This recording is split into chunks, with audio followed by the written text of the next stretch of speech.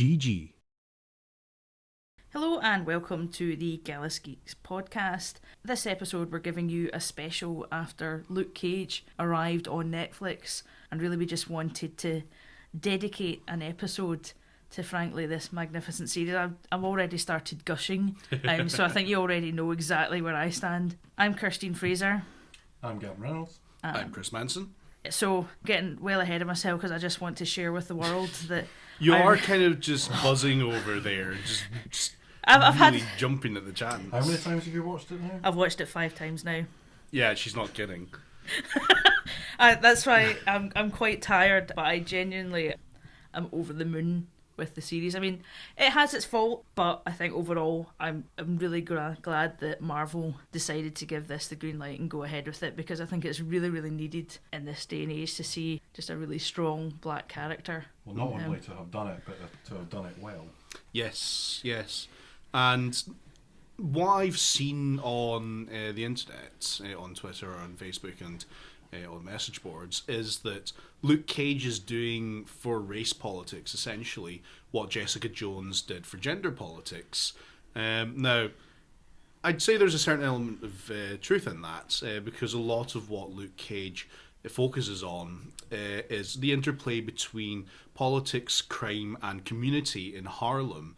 And I think in reality, Harlem is actually undergoing a lot of the gentrification efforts that are depicted in the series.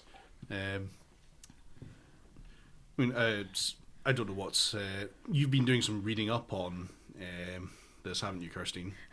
I've been doing a lot of reading because I found it very interesting. I mean, my overall thoughts on the series is I think it's probably one of the more complex entries into the kind of Marvel Cinematic Universe, I think, as well. I think it probably shares the kind of space with Jessica Jones, which had a lot to say, obviously, about gender politics. And I think, as well, Luke Cage kind of goes into kind of race politics and kind of how we view communities. Because what I really loved about Luke Cage was it's basically a glimpse into a community that is neglected quite often by mainstream media. It's not something you see all that often. You know, like my most enduring, memories of Harlem, I think, is from like Die Hard and stuff like that, where it's represented as this poor kind of write-off neighbourhood of New York, which I got to see a community in Luke Cage. Although it was like the focus was very much on these characters, I felt that I was able to look into a kind of whole different aspect of the world in a way that, although it was about kind of superheroes and kind of supervillains and things like that in the background, I just got to look in, to a world that... And I do think that has a lot to do with its success, in that, it's a superhero tale, but it offers a kind of more honest look into the day-to-day lives of a lot of people who we find, frankly, sidelined in mainstream media. Certainly members of the New York's black community, who I follow on Twitter, particularly a journalist called Brent Staples, they've been noting the fact that this is a very black-driven series. It's led by a black character. Almost all of the main characters, both supporting cast and villain, are black people.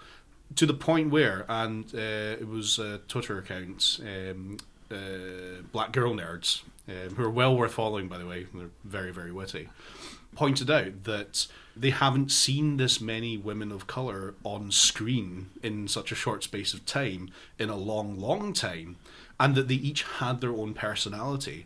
And I think that's what's giving minorities, giving different ethnicities a chance on screen, on page, whatever your medium is, just simply by having more characters and a more diverse cast allows you to explore them as people, not just as stereotypes or tokens. Yeah, well, that's the kind of thing as well that we take for granted, I think, as well, when it comes to kind of other shows. Like, you look at, say, even just other kind of installments into, like, the MCU. I mean, there are black characters. Like, you've got, obviously, Rhodey and Sam Wilson. Yeah. But they're very much sidekicks. Yes. And that's what annoys me, because, like, they have, like, their standalone series and comic books, but, like, with when it comes to the films or the kind of television content, they're very much sidekicks. Yeah. And what I loved about Luke Cage was the fact that everyone was a kind of a nuanced character. Yes. Everyone had their own motivations. Yes. There was subtlety and complexity to their portrayal, which I think, isn't aided to the fact that as far as casting they got, serious heavyweights, in that cast. Really I'm sorry to kind of cut you off there, but I'm just going to gush myself. But Mike Coulter, of course, does a fantastic job, an absolutely excellent job as the stoic Luke Cage. But if Luke Cage with dignity. Exactly. But if I had like little mini Oscars I was going to hand out, I know Oscars aren't awarded for like TV stuff, but just bear with me, all right? My award for getting best pick absolutely has to go to Mahershala Ali, who plays Cottonmouth, the kingpin of crime in this particular area of New York, because he does the character with just such a range of emotions that befits the story they've given him. And I'm not going to spoil too much in case you haven't seen it. To be honest, I think if you're listening to this podcast, you should have watched the series before, and I think we should just have spoilers, because I don't think we can give this the full analysis. We can try. Fair enough. But if you don't want to encounter any spoilers for Luke Cage, thanks for listening. We'll see you next episode.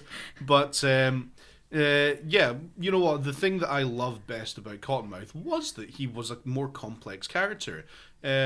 Similar to what they did with Wilson Fisk, in that they built up his motivations and history from the beginning. Cottonmouth, I think Cottonmouth in this kind of was actually kind of more vulnerable than you would think. I really loved they went into backstory and showing that essentially the family is what trapped him into a life of crime. Yeah. It was his own grandmother who kind of dragged him into the family business as such. Very much against his will. Yeah, and I thought it was a kind of fantastic showing. It's just like, because I think as well in the US, and it's still here in the UK, there is this preconception that black males are thuggish behaviour, which is why you've seen so many people just want to have a go. We'll come back to that particular word, but it's thug, just like later on. You look at how a talented man he is in this show, and what could have been.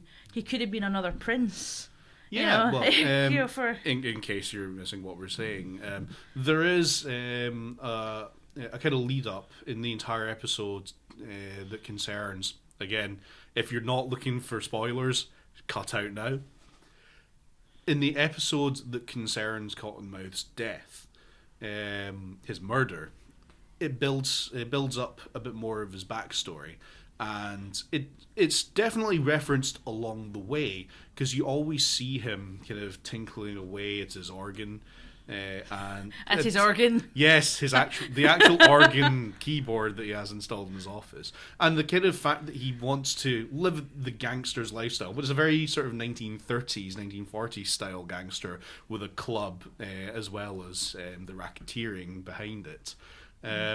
He fancies himself a refined man, a stylish man, and he's definitely not.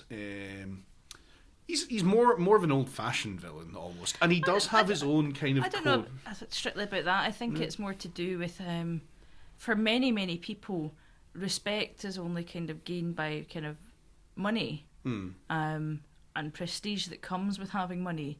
I mean, I think Cottonmouth directly references this, like, you can have a reputation. It doesn't matter. You can have the name on the side of a building. It doesn't matter, if you haven't got money, And I think that kind of shows you the kind of, background that he has, where it's just like the only thing worth having is money, which is why you see him so aggravated, when Luke Cage basically takes that from him. Because the thing that gets me about Cottonmouth for the kind of the whole kind of arc of it, he's basically a rabbit in headlights. Yeah. Right? He is basically, your mid-level criminal who's suddenly now dropped into a world of superheroes. Yeah. He is confronted by a man that he cannot defeat in any other way that he's come across before. This is Luke Cage is literally bulletproof. Yeah. So it's not a case of he can just do what he's always done and use his muscle to defeat this kind of who he sees as an interloper into his territory.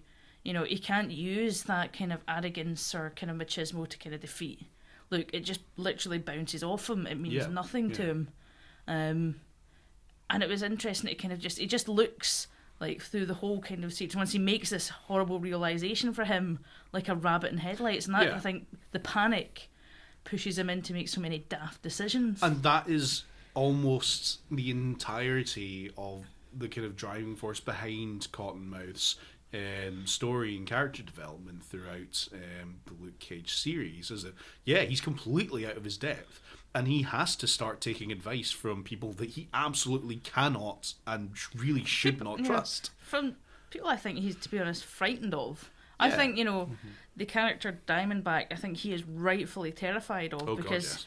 Diamondback is A psycho. is mentally unhinged. Yeah. Quite substantially so. Unfortunately, though, he's obviously made friends at some point while he was in Seagate with Justin Hammer, who was also in Seagate after the events of like Iron Man 2. Yeah. So now, like, Justin Hammer has obviously turned into the kind of, character we've seen more from the comic books, where instead of actually trying to compete with Tony Stark, he just gives, like, all this kind of weaponry to common criminals. He's a weapons dealer. Yeah. So it was kind of interesting to see that develop, but Diamondback, I'm in two minds about Diamondback. I think sometimes it got a little hammy to being delightfully unhinged, I mean, well, he is. No, this is the thing.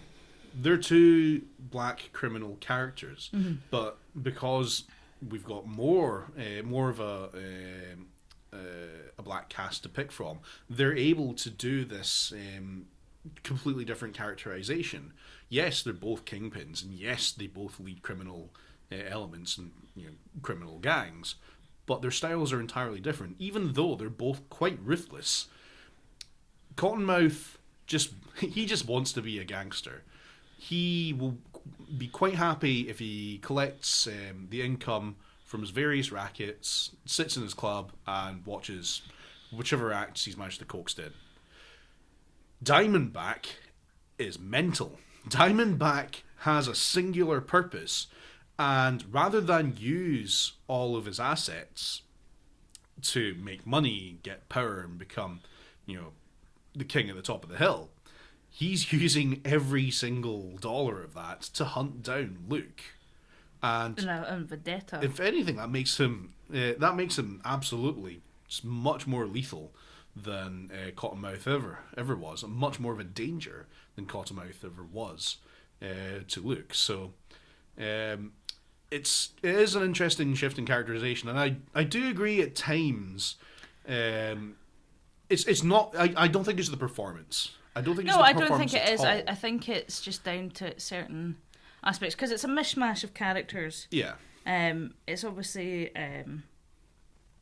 Luke Cage's brother and obviously Willis Stryker, yeah. merged into one, and I can understand why they've done that. I can get the reasons for that. I just, maybe slightly as a purist, I kind of reel back from kind of merging characters together. But I can see it's not the first time that it's been done. It's not the first the time it's MCU. been done. There's some things sometimes when the kind of, it's definitely not the performance of it. It's just a kind of. I actually think it's due to the sheer gear shift in. It goes from Cottonmouth. I mean, that kind of is a real kind of game changer, where you have Cottonmouth and then suddenly you don't have him.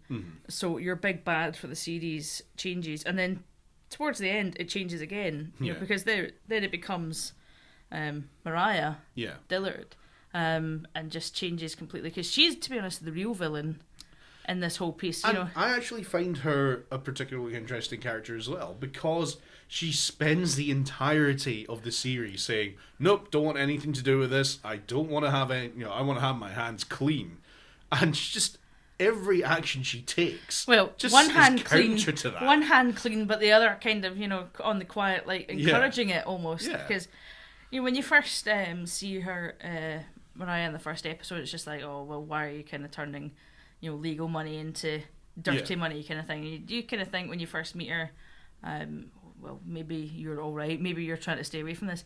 She's much worse. Oh God, yeah. She's much worse than anyone. It's like Diamondback, you can say, is mentally ill, right? Yeah, and he has a singular Cottonmouth purpose. is a man who basically, as a child, led completely astray and essentially he is abused. a sympathetic character. Yeah. I feel a good deal of empathy for Cottonmouth, particularly when you go into his backstory. I feel absolutely none for Mariah. I just think you had so many opportunities. They were gifted to you. You could have escaped the life of your cousin, who looked bloody miserable through a lot of that, and just the thing is, with Mariah, it's all a kind of arrogance. She is very high and mighty, and she talks down about others' criminal activities, and keeps on saying how she wants to be clean, she wants to have political power, she wants to do things the right way. But all of her actions are counter to that. And that's kind of what makes me really despise her. Mm-hmm. The fact that she's an expert manipulator as well. I mean, Cottonmouth has the name of a snake, but she is the real serpent. Mm-hmm. No, I definitely agree. I mean, we kind of went straight onto the villains, which I think kind of speaks very much. But I think we have to also make mention, obviously, to Luke himself. I thought some people have had a go at Mike Coulter's portrayal of Luke Cage, particularly because they think he's too restrained. I think, one review referred to him even as dour, which I don't buy into at all. I think if you tried to implant, early 1970s Luke Cage into a modern period where he was sitting there, talking smack kind of thing. I will say that street Christmasing all over the place. They have done a good job of referencing the 70s. Oh, they've done that like a brilliant job. They've did a wee tip of the hat and everything, But that's what it needed. I don't think it needed the full Quentin Tarantino treatment. Absolutely, yeah. I think, in order to make this fit with the rest of the world that they've built around it, Marvel has done a good job of paying respect to the blaxploitation kind of film era that gave birth to Luke Cage, while obviously updating him for the modern era, because in all fairness, most of my interactions with Luke Cage through comic reading have come through his appearances in various Deadpool comics. I'm quite a big fan of Deadpool. But whenever he's been there, he has always been the stoic one, and he has always been, the Rock, the one who just has the calm head and tries to work through things methodically and, without leaping into the fray. Yeah. Whereas, say, Danny Rand being on hand would quite happily just leap in with, fists and kicks. While it'll be Luke who's trying to hold everything back. I don't think it strays too far. If Luke Cage went tonto, right? You would know about it. There wouldn't be a lot that would be left in his wake. Let's be honest. I mean, I really like Mike Coulter's portrayal because I think it shows a kind of character with, immense dignity and kind of respect as well. Yes. And he has an understanding of the strength. I think although this was an origin story and was kind of going into kind of the origin of the character, although we've already met him in Jessica Jones, it's just like what motivates him, what makes him a good man, and it was really interesting to see, like, because people seem to be just finding stuff to have a go. Really, it's just like, oh well, Luke Cage doesn't really have a fighting style. And it's like, are you serious? The man's invulnerable. He doesn't need one. He's a massive brick. He is Apply basically here. Like, there's people even complaining, just like, oh well, Daredevil would jump in and he would do some ninja kicks, or Danny Rand would kind of jump in and batter a hole in. But it's just like Luke Cage only needs to tap you on the head and you are down. There's a reason for that, and it's also part of his personality as well. He doesn't need to do the whole flat. They could have. He knows he could kill someone. Yeah. And they could have hired like an MMA experts in to portray Luke Cage with a stylized fighting style and high flying acrobatics. But that wouldn't match the character. It would not at have all. matched him at all. It would have been totally at odds. Yeah. It wouldn't have made for the same story. He applies exactly enough pressure, because he calculates it beforehand. He knows what he needs to do to get the result he needs. It doesn't always go right afterwards, but while he's in the field, He knows exactly what he needs to do to get the result he wants. But we find it is dealing with the community aftermath. That's the hard part. And that I think is a very valid thing for a superhero series, especially a modern superhero series, to examine. Yeah, I mean, overall, I think as well, one of the kind of major aspects I like actually enjoying dealing with was Luke's interactions with, obviously, the other characters, obviously, in this kind of neighbourhood. And I think as well that kind of shows he's a mature character. Yeah. And I don't mean that just like, oh, he's older, or, it's slightly more sexy or everything. It's just like, no, he's a guy who knows himself and understands himself and is relatively comfortable with himself, which you can't really say the same about, say, Daredevil. Oh God. Or even Jessica Jones. They're both characters I think are very ill at ease with themselves. He's a guy who knows himself, has a lot of kind of self-respect for himself, and it's actually the thing I found really great about that as well. You can see the difference in obviously how Claire Temple, when she comes in and how she interacts with him. Yeah. Because she's just had to deal with all the crap, from Daredevil season 2. She's had the Hand try and do her in. She's watched a friend be killed by the Hand in that series, and she's had to put up with Matt Murdock and all his mince, for 2 seasons. I imagine dealing with someone like Luke Cage, who basically what you see is what you get, essentially, is a very refreshing change. Yeah, and there are certain moments, particularly when we're getting to know the origin of his superpowers, and later on when he needs to return to that origin for help. We do see just little moments of an anger that clearly he's held back, that he doesn't display often in public. But other than that, there's no angst over his predicament. There's no kind of he's not constantly shouting, "I didn't ask for this," although he does literally shout that at one point. But it's not like you said, it's Matt Murdock. He's not kind of dipping into the depths of self-loathing. He's always trying to think one step ahead, and we'll note that in Pop's Barbershop, there's always a chess game being played. I think Luke himself is a chess player as well. But he's just kind of beginning, so he's not thinking too many moves ahead, which is why he runs into a lot of trouble.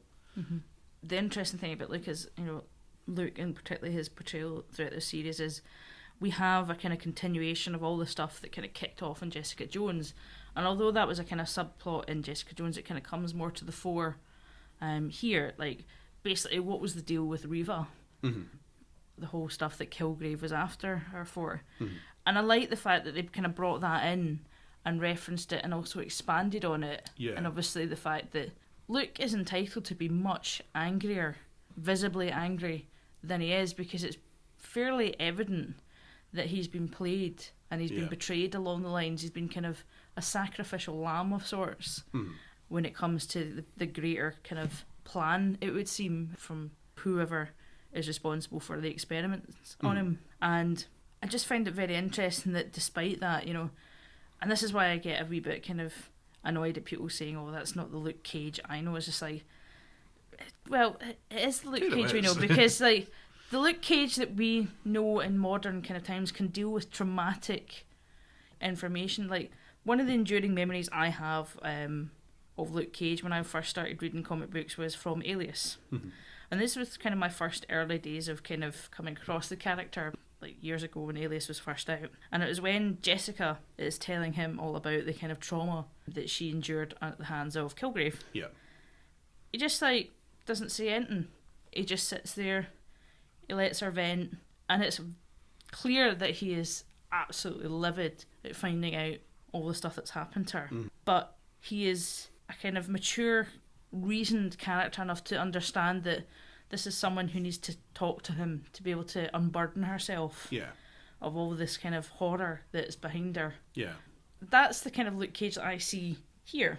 Yeah. And I just like, I like the fact that that kind of, maturity is not the right word, but the kind of awareness of a character. It's actually sensitivity, I think, but not in the kind, because when people think of writing a sensitive male character, usually the go-to is the nerd who will cry at the drop of a hat. Mm-hmm. That's not the case here. what they have successfully done is marry the masculinity of the Luke Cage character, and there's absolutely no denying that he's an incredibly masculine character, with the ability to be sensitive and to pick up on emotional cues and to know when to act and when to listen. And I think that is a massive triumph.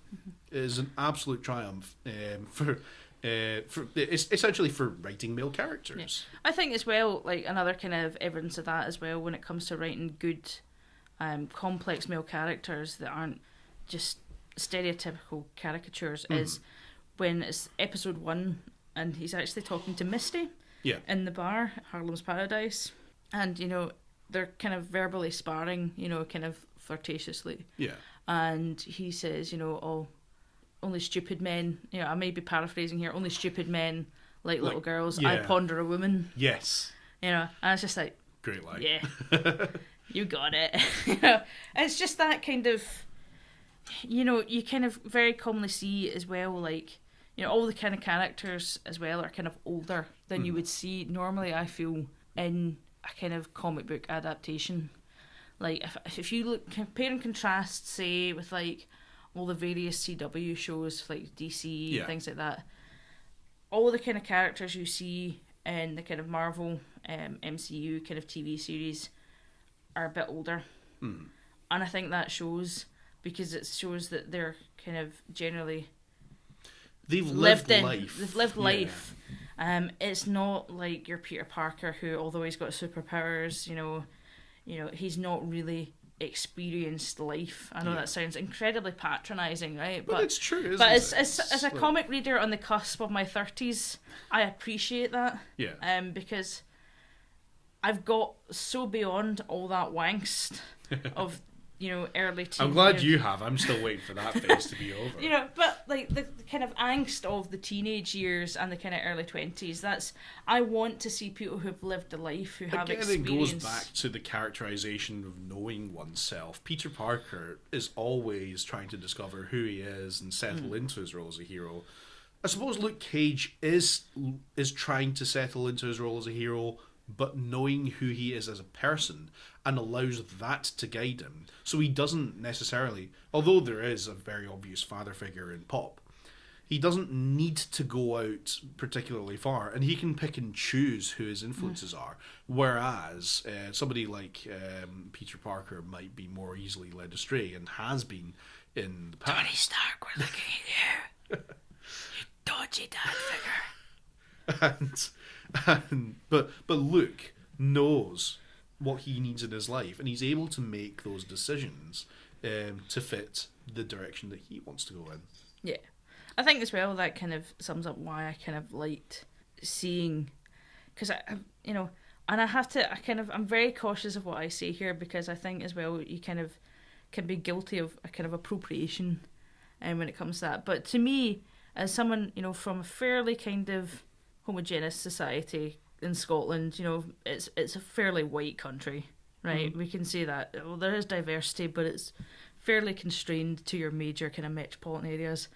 I just liked being able to see, a black character, who wasn't a sidekick. That to me is something that should just happen, because I just don't. My brain, can't deal with the fact that, And you know what? It's just, I'm struggling to kind of articulate, why I feel it's so stupid that it hasn't happened before now. Because one of like my favourite, Star Trek captains ever was, Benjamin Sisko. Who was frankly, forget your James T. Kirk, forget your Picards. When you need a captain who can get shit done at the frontier, you call Sisko. To me, it just seems bizarre. It's taken so long to have another kind of major kind of series. And it absolutely ties into, and like yourself, I've grown up in slightly more diverse circumstances. I may have mentioned it on the podcast before, but I'm half white Scottish and half Chinese. So I've had a bit more of a mix. And like you said, it's kind of, it feels occasionally a bit patronising to look in on the black community or the black nerd community, and say, yes, well done for getting a person of color in a lead role. But for me, being a person of color, I appreciate that at a kind of parallel level. Although I will say that Chinese media, I probably have more examples to draw from in more diverse characterizations. But I can feel kind of joy along similar lines. And certainly the people that I follow on Twitter, journalists like Staples, accounts like Geeks of Colour or Black Nerd Girls, there is real joy and a kind of sense of satisfaction at being represented. And I'm going to kind of go off topic a little bit here, but that is incredibly important. And it is something that we should be encouraging. The kind of main thing that I've been seeing as pointers to we should be doing more of this, not that we shouldn't not be doing more of this anyway, but to encourage it, has been Finn from the new run of Star Wars films. Just the fact that there's a black man in a lead role in a major film makes kids, young kids of colour, actually feel like they might be up there on the screen someday, and they don't have to play Thug number 5, or they don't have to play Kingpin number 2. They can be a hero, they can be a businessman, a gangster, a musician. They can be somebody on the screen in media. Yeah. And, we need more of that.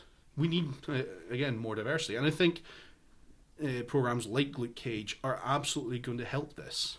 Yeah, I think as well, like, kind of just moving on as well from it comes to kind of complex characters. I loved, the women of Luke Cage. I think arguably Claire Temple and Misty Knight steal the show. Misty is a fantastic character.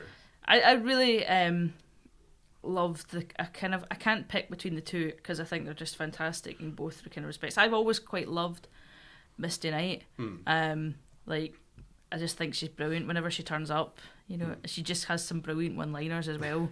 I think as well when I remember, it's actually a fairly recent one when I think she was in Iron Fist, and they were dealing with Hydra because that happens a lot in the Marvel universe. Hydra. And she's just, they're everywhere, and she's just. I'm going to subvert this for a second and say I think AIM have much better outfits. Anyway, to the point of we were talking about how great Misty's one-liners are, as you kind of derailed it, is when she's sitting there, she's got this Hydra agent by the kind of throat, and she's just, say Hydra one more time, motherfucker, and I'll be. It's just yes! Paying tribute to one of the and greats. Then he just runs off, and it's just and there's a one kind of final act of defiance. He's in the lift, he whispers, "Hail Hydra!" And she's just raging. And she's just oh, come on. But I mean, she's just a fantastic kind of character. She had the right amount of pretty much everything. I mean, this is still her early days for her. She's not the PI that we know essentially from the comic book. She's not that kind of hero for hire herself. Kind of dotting about with Danny Rand and the Colleen Wing kind of thing. She is in the early days of her development as well. But she was the right amount of everything. She was the right amount of just I can deal with this.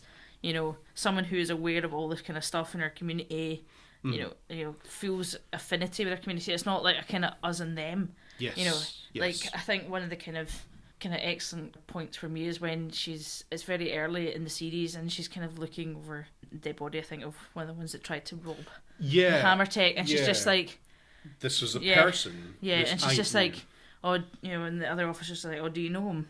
And she's just I know his mum. Yeah.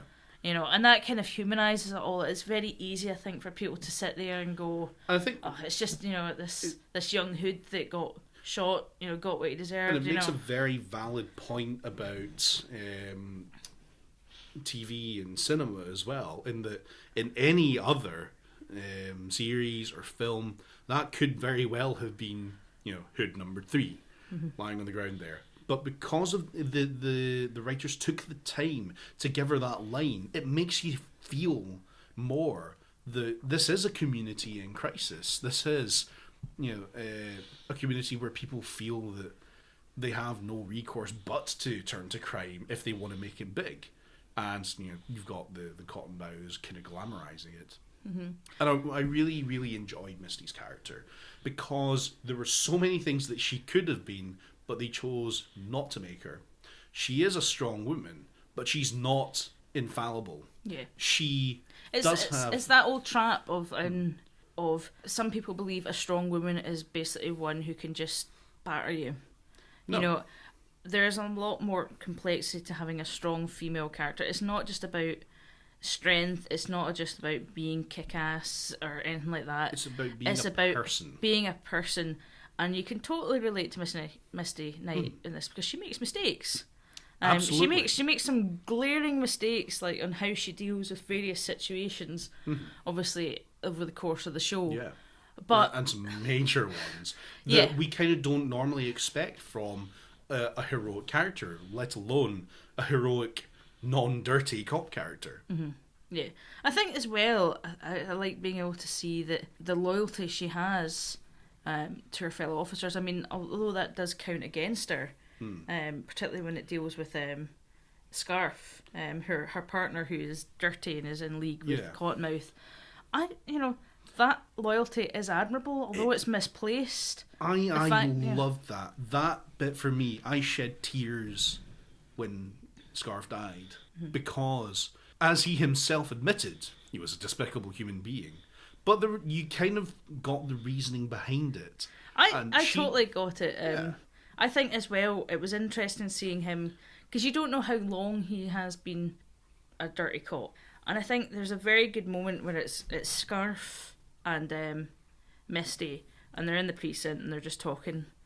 And, I found it very interesting that actually Misty was making a better deal, a better kind of agreement for, say, the Accords than Tony Stark was in Civil War. Because she's just like, well, they're vigilantes, they're untrained, this is, we have to be accountable.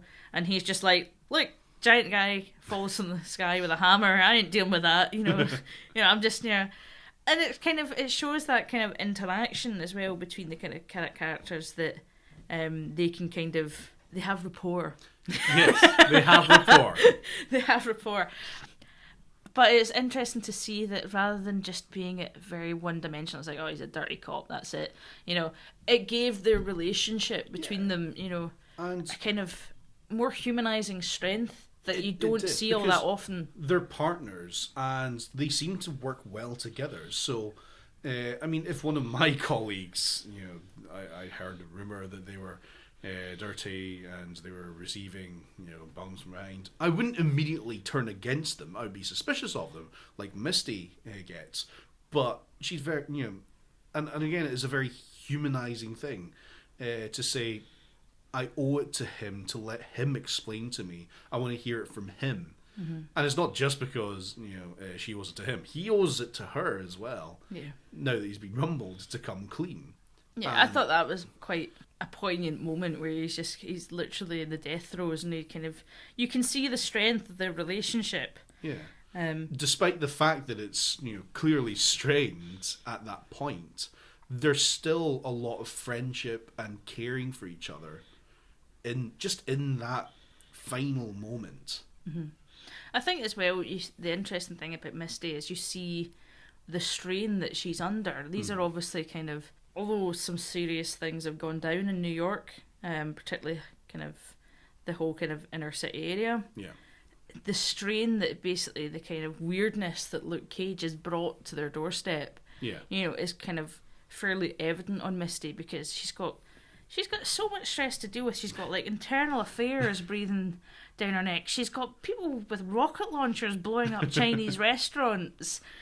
She's potentially kind of, incriminated herself by sleeping with a potential suspect. Yeah. Although Luke Cage is innocent, these are all kind of things that just eventually end up weighing really heavily on you. And one of the best kind of, there was two kind of scenes that kind of led to that. It was the kind of scene where her and Claire Temple are kind of verbally sparring, in the interrogation room.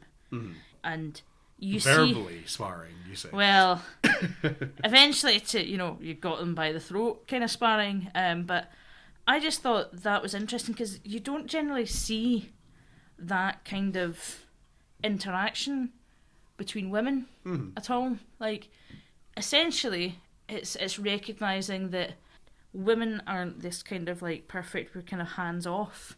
Like, they kind of break under the strain as well, particularly when they're in traditionally kind of masculine roles, which is, being a police officer. And you can just see that taking a toll on Misty. And she actually does kind of go into that with her superior after things are broken up and she's kind of called to heel.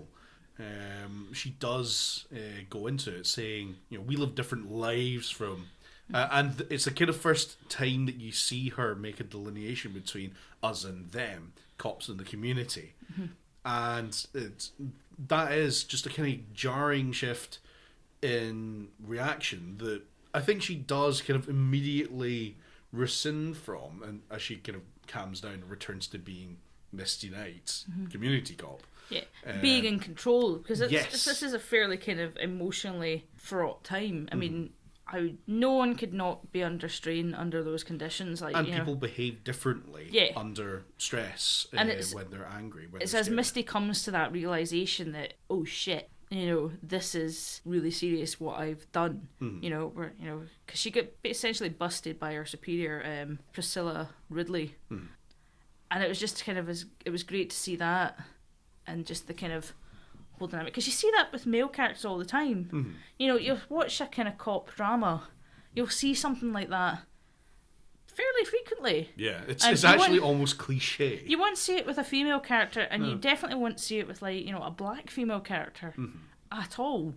And it was good to see how that kind of then fed into the kind of later interactions between, obviously you had Misty. You also had Priscilla Ridley, who is her superior from Internal Affairs, as well as, with Mariah, when it comes to the kind of, final kind of interrogation kind of scene, in the final episode. And it's just like, these are all kind of power plays that you don't actually generally see, at all, when it comes to kind of major kind of dramas and things like that. It's never portrayed, and it's fantastic just to see kind of like, what would traditionally be a male character and what would definitely traditionally be like a male white character, just having these interactions where you kind of like, you can see the kind of tension sparking off them, as one's kind of like trying to, do things by the book, whereas Misty's kind of like, I must, you've got Ridley sitting there trying to do things by the book to make sure it sticks, and you've got Misty trying to, essentially get a collar by any means necessary because she knows what bad news is. She's kind of losing sight of the fact the system that she keeps talking about, she's kind of bending the rules on. And then you've obviously got Mariah, who's just, has completed her descent into, absolutely no morality whatsoever, as she spins her way out of it. So it was really kind of fantastic to see, as well as the kind of, the kind of sassy kind of Misty Knight that we'll all know and love from the comic books, but given an added layer of complexity. She's still a cop. She still has to deal with bureaucracy of that. Although this is obviously, well, maybe I'm speaking out of turn, but this is like the beginning of the end of her kind of career in the NYPD. Yeah. Maybe the next time we'll see her, she'll be a PI as we know her in the comic books. But it was brilliant just to see a kind of character that I've got a great deal of affection for, from obviously reading Iron Fist, from reading Heroes for Hire in the past and things like that. It's as close to lifting a character from comics as you can get. Okay, so moving on from obviously Misty, the next kind of, again, I don't want to put them kind of over each other because I thought they were both really well done, is Claire Temple, who has hauled ass out of Hell's Kitchen, because this is in the immediate aftermath, as we mentioned earlier, after everything's gone down in Daredevil. Yeah. Admittedly, if I'd just nearly been murdered by the Hand, I would maybe went a wee bit further than 5 miles up the road. I would have left New York entirely, but... This is one nit I will have to pick. It's like they keep on talking about Harlem as if it's like an entirely different city from it's like, it's literally just 5 miles up the road. Like, I went to both as a tourist. I'm pretty sure the Hand can go to both places as well. Jump on the sightseeing bus and the Hand will be right there. I thought it was brilliant because it subtly references, as Claire comes back in, like segments from Jessica Jones, where it's like when she's talking to Malcolm and she's just like, yes, are you like, a superhero sidekick? And she's just like, I'm nobody's sidekick, alright? Just let's get that straight. And it's quite clear as soon as you see Claire, coming off the train and someone tries to rob her and she just batters this pickpocket. It's just like, yeah, come on, Claire. Obviously you've just decided, I'm not putting up with this anymore. I was nearly murdered. Had enough now. I thought it was really interesting to see the kind of subtle change in Claire. I think that's one of the benefits of having an expanded universe where the kind of character development takes place not only in just a single series, but across the series now. We've seen Claire, and she's like the kind of glue that's connecting all the various series. So you've seen her in Daredevil, you've seen her in Jessica Jones, and now you've seen her in Luke Cage. Mm-hmm. And I thought it was interesting to see how she's kind of subtly changed from not really having time really for this whole superhero gig. It's just like, why are you doing this kind of, stuff with when she was dealing with Matt in Daredevil, to obviously having had a slight change of heart after seeing the weird crap that the Hand can because unleash. It has become personal to her. Yeah. It's not just a kind of mild annoyance in her life. It could very well mean the end of her life. Yeah, I think as well it was great to see as well. She's kind of too much happens in the shadows, which I thought was her kind of just like, I see you, Matt. Right, I'm so tired of you right now with your whole secrecy stuff. It was just kind of, obviously it's refreshing to her to see basically a superhero essentially who isn't hiding behind a mask, who isn't sitting there, woe is me, kind of, I must live this life of secrecy. This is the life, it's called me. He's just out there dealing with stuff, and admittedly it's because he doesn't have the same kind of vulnerabilities, as a normal man, like I say normal man, but someone like Matt Murdock who can, who is blind but can see, he is invulnerable. And I think after all the kind of stuff that happened at the end of Daredevil, where she saw like her colleague murdered, where she was nearly murdered herself, to have someone who is, or at least appears to be, invulnerable, I think, you'd be kind of like, I'll just stay behind you, mate, I'll be alright. But do you not also feel that she is very much attracted to his honesty? I mean, attracted in the kind of two forces gravitating towards each other. To the fact that he is open about who he is, and the fact that he is sort of more honest than the others. Do you think that it offers her a sense of protection while also being in the light enough that she doesn't have to worry about too much about kind of creeping around, having to keep other people's secrets? Mm-hmm. I think as well as that, I think she's kind of aware that she would have to keep other people's secrets, because when she's having the whole conversation with her mother in the diner, and she's just like, she's kind of realised what she wants to do, and I think this is the kind of beginnings of where you have the whole kind of street level hero clinic, of where she kind of deals with the kind of street level kind of characters who get injured in their day-to-day crime fighting, or big bad kind of fending off, and it's nice to see that she's kind of gone from that kind of like, this is a bit mental, to kind of realising, to be honest, the world's gone mental. I think we need to deal with this in a different way that we've been dealing before, whereas I think she was kind of a bit ambivalent about it before in Daredevil. Actually, when you think about it, is the kind of healthiest way to go about anything. I mean, the world's kind of going mental as it is. Aliens are coming out of the sky. I've got, a blind guy who can see. I've got a woman who can lift, basically this guy around. Throwing the old rules out and going, right, what's next?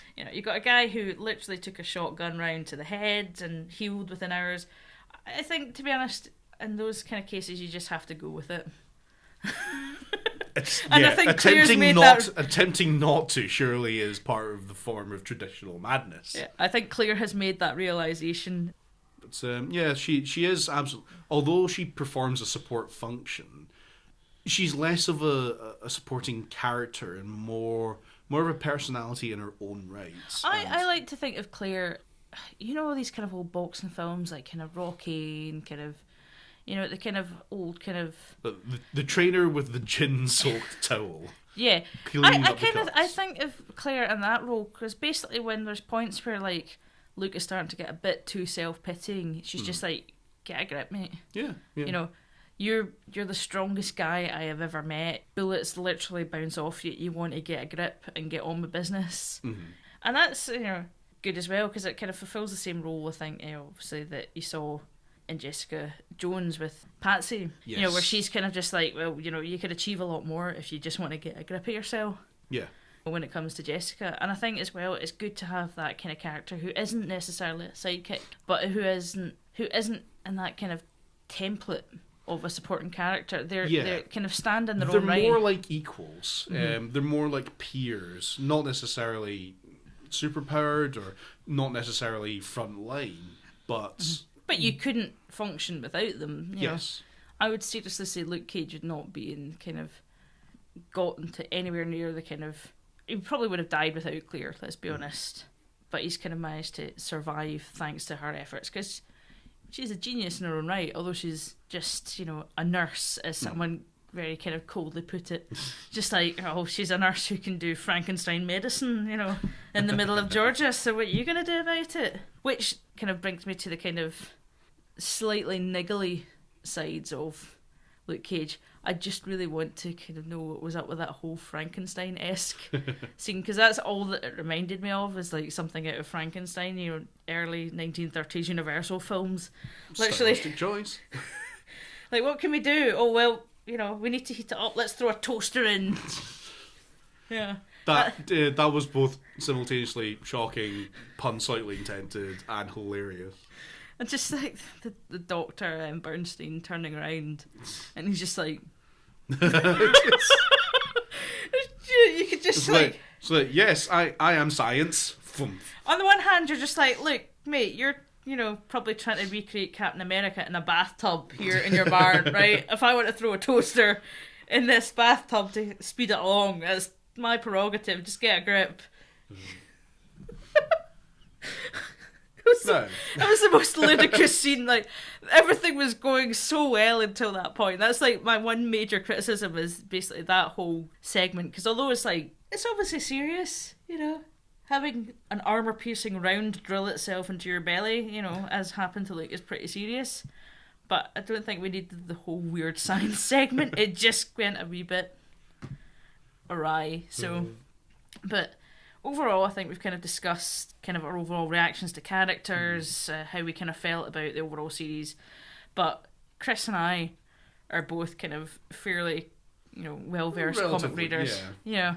Not encyclopedic knowledge, but enough to navigate our way through the universe and appreciate all the many Easter eggs.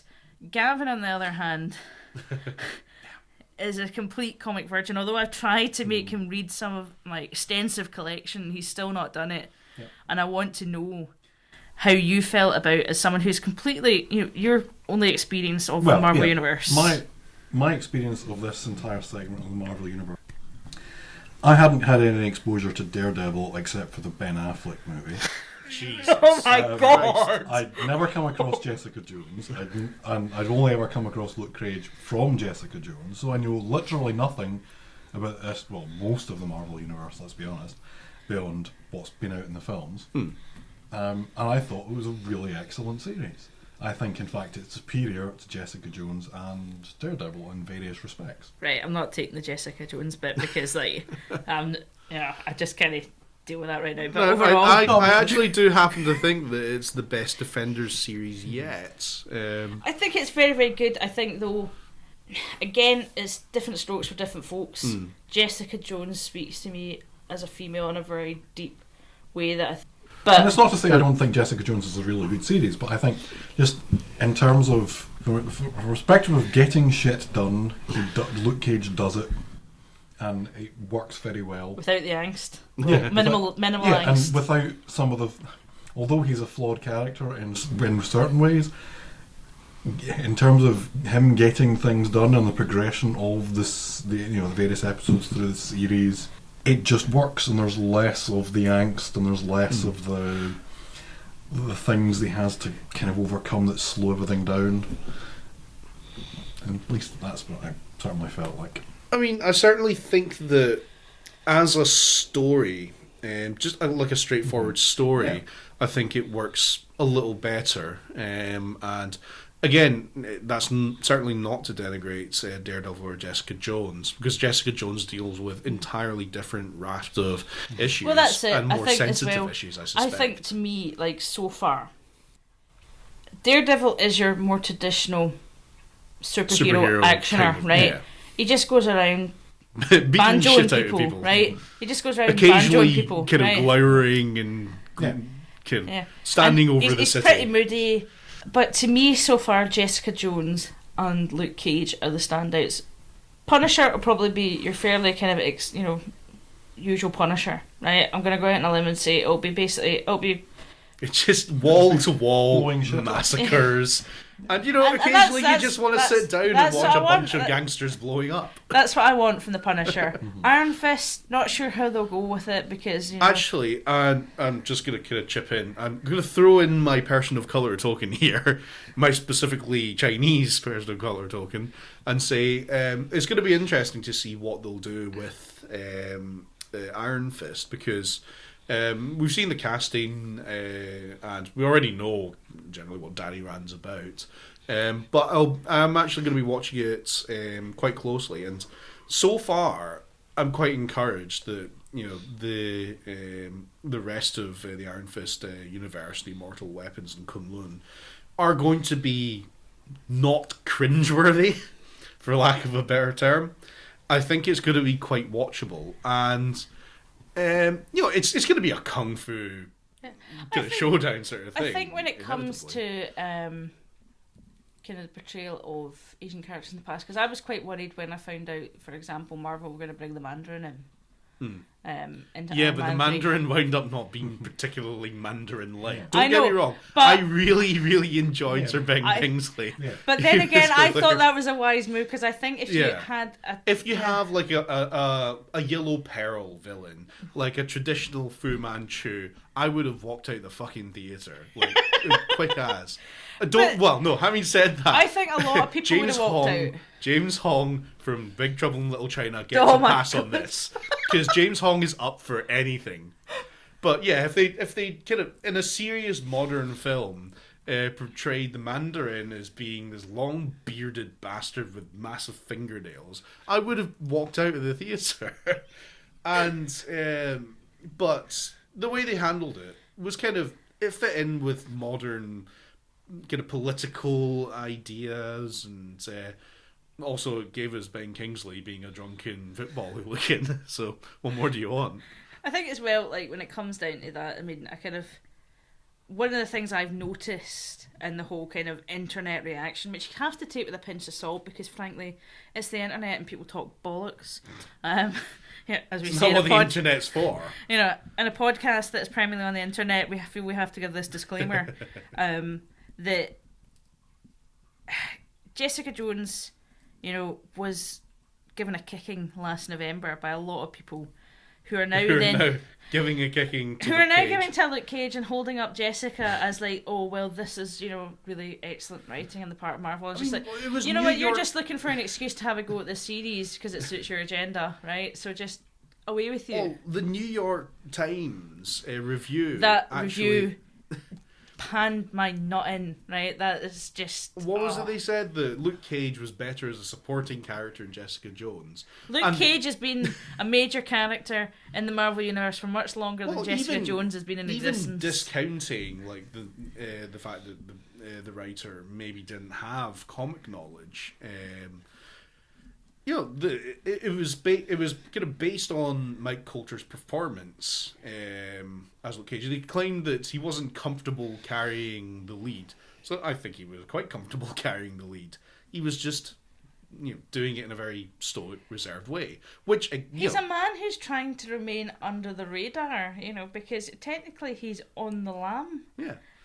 So of course he's going to be a quiet character. Of course he's going to be strained, because attention is bad news, which you can see like when obviously, as well as in Luke Cage and Jessica Jones, you can see him kind of nervous about undue attention, whether it's Jessica potentially about to batter some loan sharks, or himself, somehow becoming the centre of attention for all this bad stuff that's going down in Harlem. So of course he's going to be restrained, because it goes part and parcel of trying to remain incognito. So it's just And- sod the New York Times. No, that's not even the worst of it. There are other people have chipped in, essentially complaining about the blackness of the Luke Cage series. A series set in Harlem involving a black man with black associates. And people are complaining about, oh, wow, why aren't there more white people in it? Why is everyone black? Why do they keep on talking about being black? Largely because it's an all-black cast written by, I think it's a majority black writing and production crew, is it not? Certainly at the senior levels. And, how often do we get this? Without it necessarily, I don't know if that even happened in The Wire. I mean, The Wire was fairly dominated by a black cast, but I don't think even the production crews or writing staff were all kind of predominantly black. So I think that's that just shows you the kind of move forward that is. As well as obviously, I mean, I kind of feel like you just have to kind of shut up, as a good ally and let your sisters and brothers in the movement speak for themselves.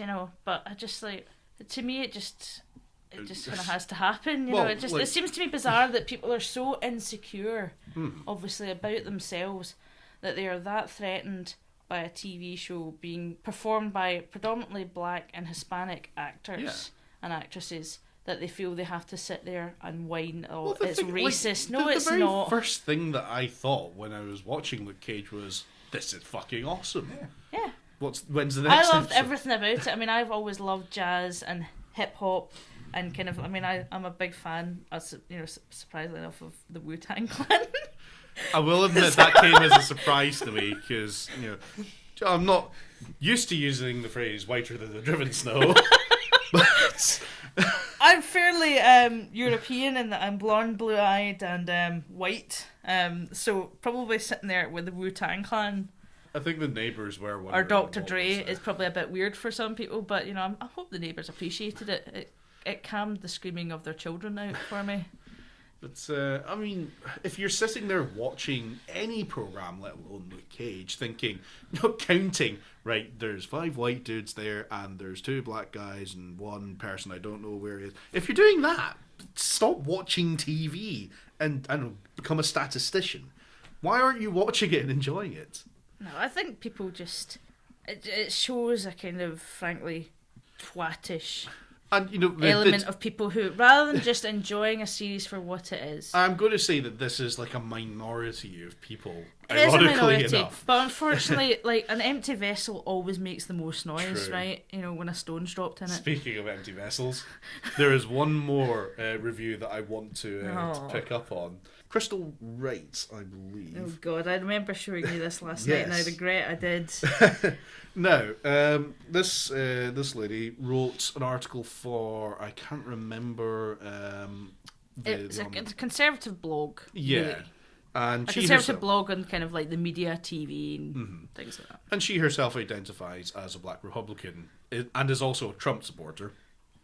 Which blows my mind. Gives you a kind of outlay of what kind of went down. And her major complaint essentially was that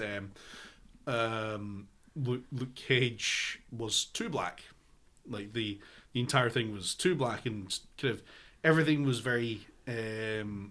I think the word she used was super thug, which frankly would be an amazing name for a band. But her entire objection to this was that Luke wasn't flying around with a cape and blasting people with heat vision from his eyes, that he had to take things into his own hands and beat shit out of a few people. And she kept on kind of moralising in this kind of, back in my day, there were the Supermans and the Catwomans and the Batmans who stood up for justice. And like, well, Luke Cage is standing up for justice. Yeah. Despite all the odds being against him, he is trying to take down a corrupt criminal element in his neighbourhood down. I thought Republicans would be all over that, because they love Batman. Right? They love the thought of a billionaire white guy sitting there, battering street level thugs. It's a local man taking responsibility for his own community and not having to rely on handouts from the government. That's what Luke Cage is about. He should be a Republican's wet dream. But he's not.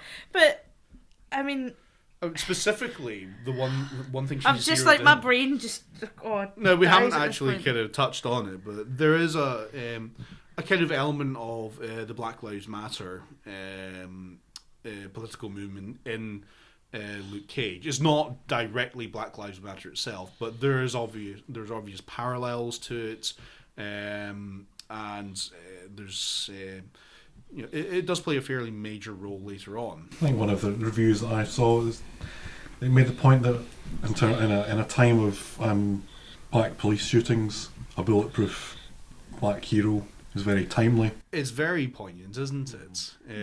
And there's so much symbolism, and there's a lot of hope, I think, and kind of positivity in amongst the grittiness of the series. And what does this Crystal Wright focus on?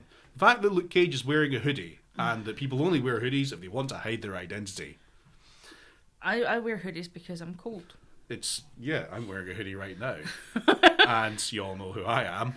So, but again, I mean, I've been really kind of heartened by the kind of overall kind of the swell of reaction for Luke Cage, because if you'd asked me 10 years ago that Marvel would be doing a series on Luke Cage, who, like, in the overall universe is, although he's a strong kind of ever-present character, he's on the minor kind of, he's like the mid-tier. yeah. He's not like, he has been an Avenger, he has done all that, but he's kind of still not the kind of heights of, say, He's not Captain America.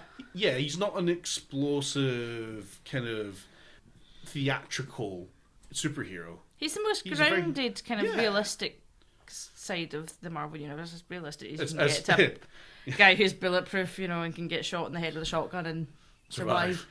But the thing I always loved particularly about, and I've talked about this with people who are not as kind of au fait with the comics, as like obviously I am, it's refreshing for them to see a kind of character that they can identify with, because they just seem like normal people, aside from the fact that Jessica can lift up a car, and obviously Luke Cage can take a few shots from a pistol. In general, overall, that has been the overriding strength of Marvel characterizations, is that Tony Stark has massive mountains of cash in the high-tech suit, but he's also an alcoholic.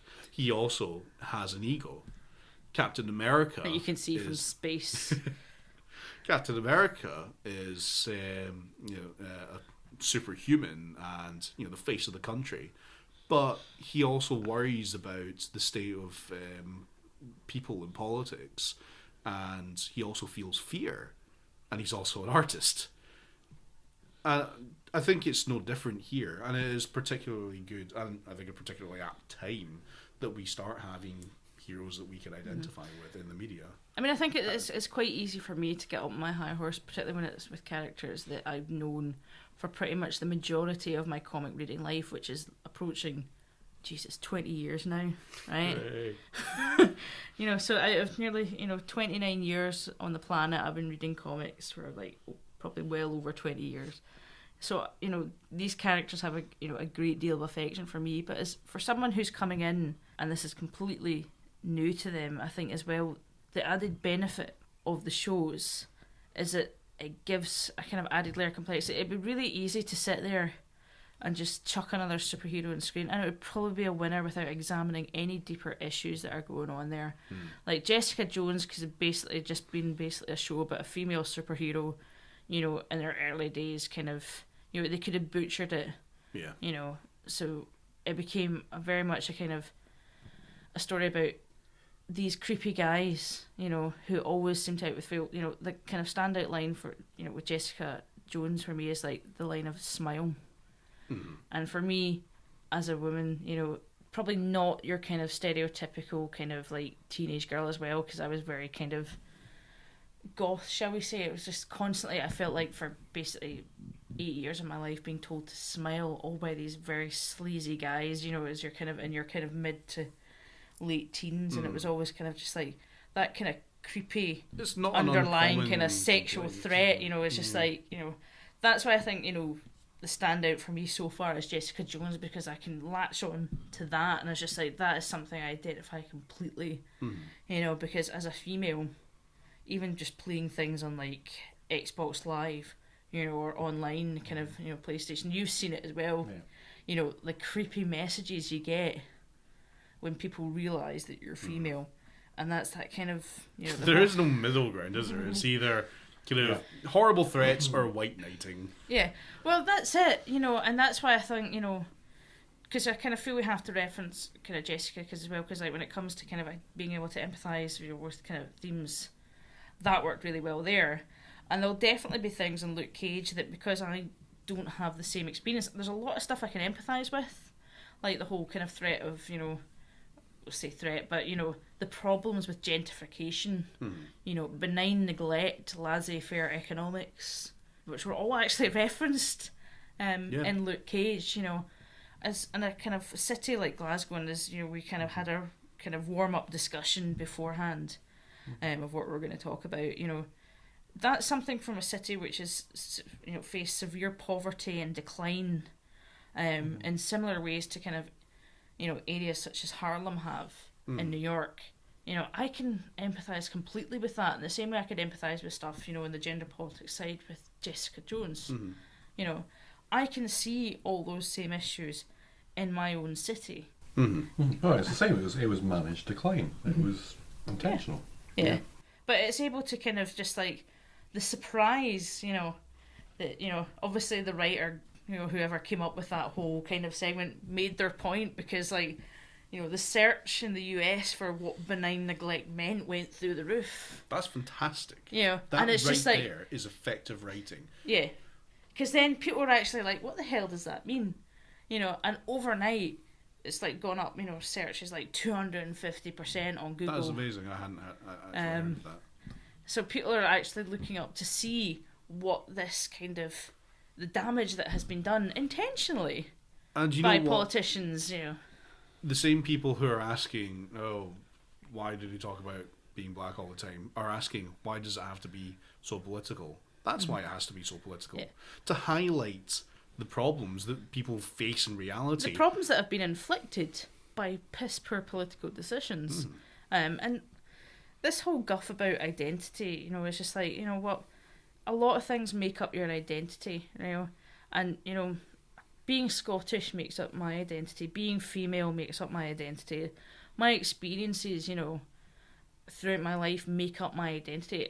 Stop being, frankly, a twat and saying that, you know, oh, being too black or, you know, too Hispanic or something, you know, somehow erodes your identity. Just get over yourself. I mean, this argument blows my mind, because it just seems to be, you know, bizarre that people think this way. It's just like they'll sit there and accuse something of being too black, and it's like, oh, you know, I'm sure the accusation of something's too Scottish can happen, you know. And as we saw with today's We Are Scotland hashtag, it has done, but that's a discussion for another day. So I think, to summarise, Luke Cage is a fantastic show. You should go watch it. Definitely. If you haven't already watched it, and if you haven't already watched it, we're sorry for all the spoilers, but we did warn you, so... I think, to be honest, I mean, considering that Netflix releases everything at once, this is totally on you if you've not watched it yet. That's been the Luke Cage episode of Gals Geeks. Thanks for listening in. I'm off for a sixth time. I've been Chris Manson. I've been Gav Reynolds. And I'm Kirstine Fraser.